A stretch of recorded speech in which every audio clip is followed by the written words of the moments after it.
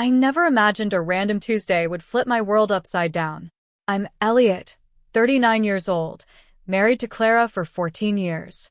Like most couples, we had our share of rough patches, but I always thought we were solid. I believed she felt the same. At least I hope she did. When we first met, Clara could light up any space she stepped into.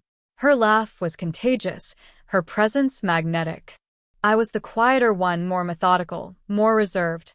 People said we complemented each other perfectly, and for a long time, I agreed. We built a life together, carved out a rhythm, paid bills, raised our energetic daughter, Lola. It wasn't perfect, but it was ours. Then came the night that shattered everything. I was in the living room finishing a spreadsheet, headphones on, completely focused. When I looked up, Clara was standing in the doorway, leaning against the frame like she had rehearsed the stance. Her voice was calm, too calm. "Elliot, he's picking me up tonight." My fingers froze above the keyboard. I tried to interpret her words in the gentlest way possible. Maybe a coworker was giving her a ride somewhere. Maybe a friend needed help. But the expression on her face drained all hope from my mind. "What do you mean?" I asked, slowly, carefully, holding myself together by a thread. She hesitated, swallowed hard, then mumbled. "He asked me out. I'm going." It felt like the air thickened around us. I leaned back, gripping the arms of my chair until my hands ached. My voice stayed controlled, even though my thoughts were ricocheting like bullets. "You're telling me someone is taking you on a date?" She nodded, barely meeting my eyes.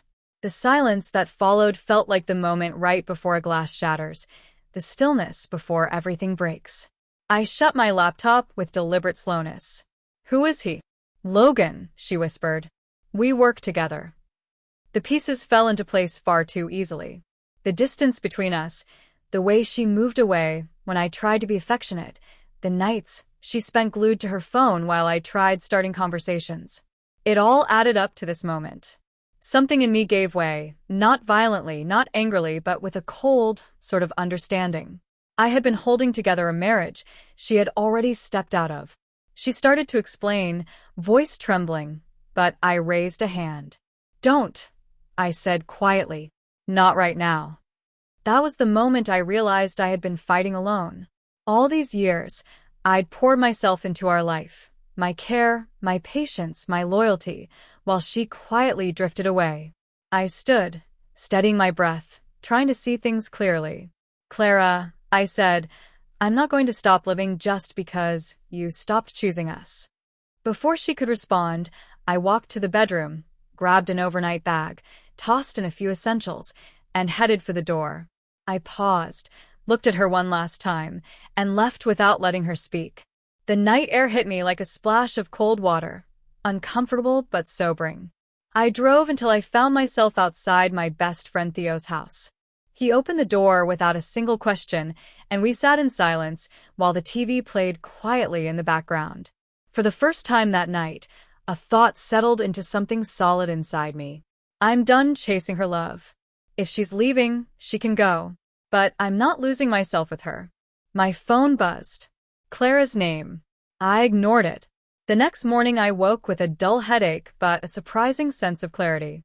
I thought of everything, the years of loneliness, the emotional distance, Logan, and realized I had a choice. I could let the anger destroy me, or I could reclaim the pieces of my life she'd taken for granted. I chose the latter.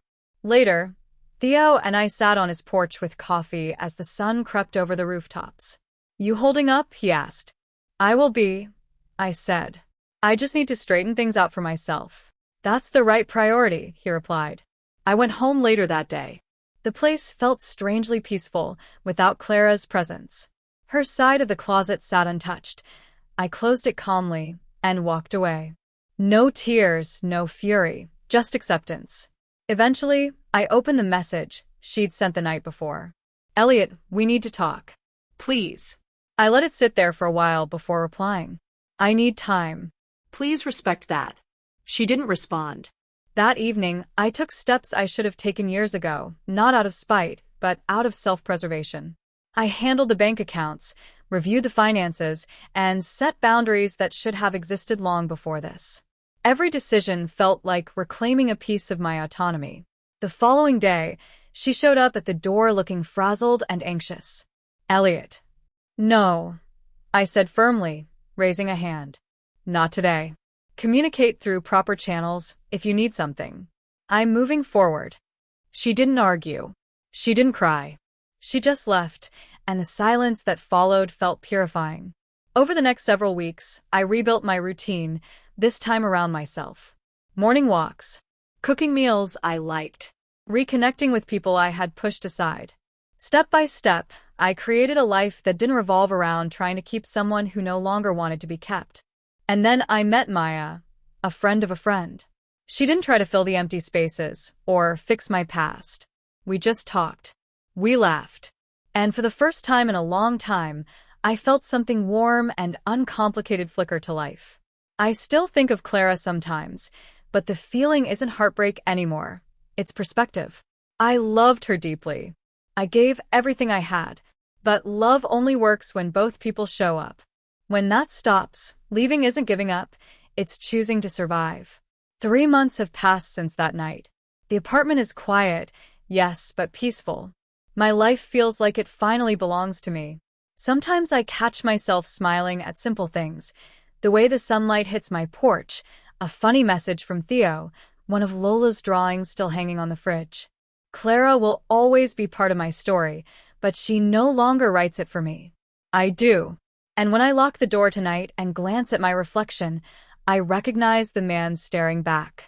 Someone who walked through the fire and didn't let it consume him.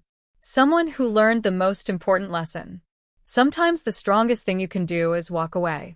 I don't need apologies or closure or some grand ending. I just need myself. Whole, free, and finally moving forward.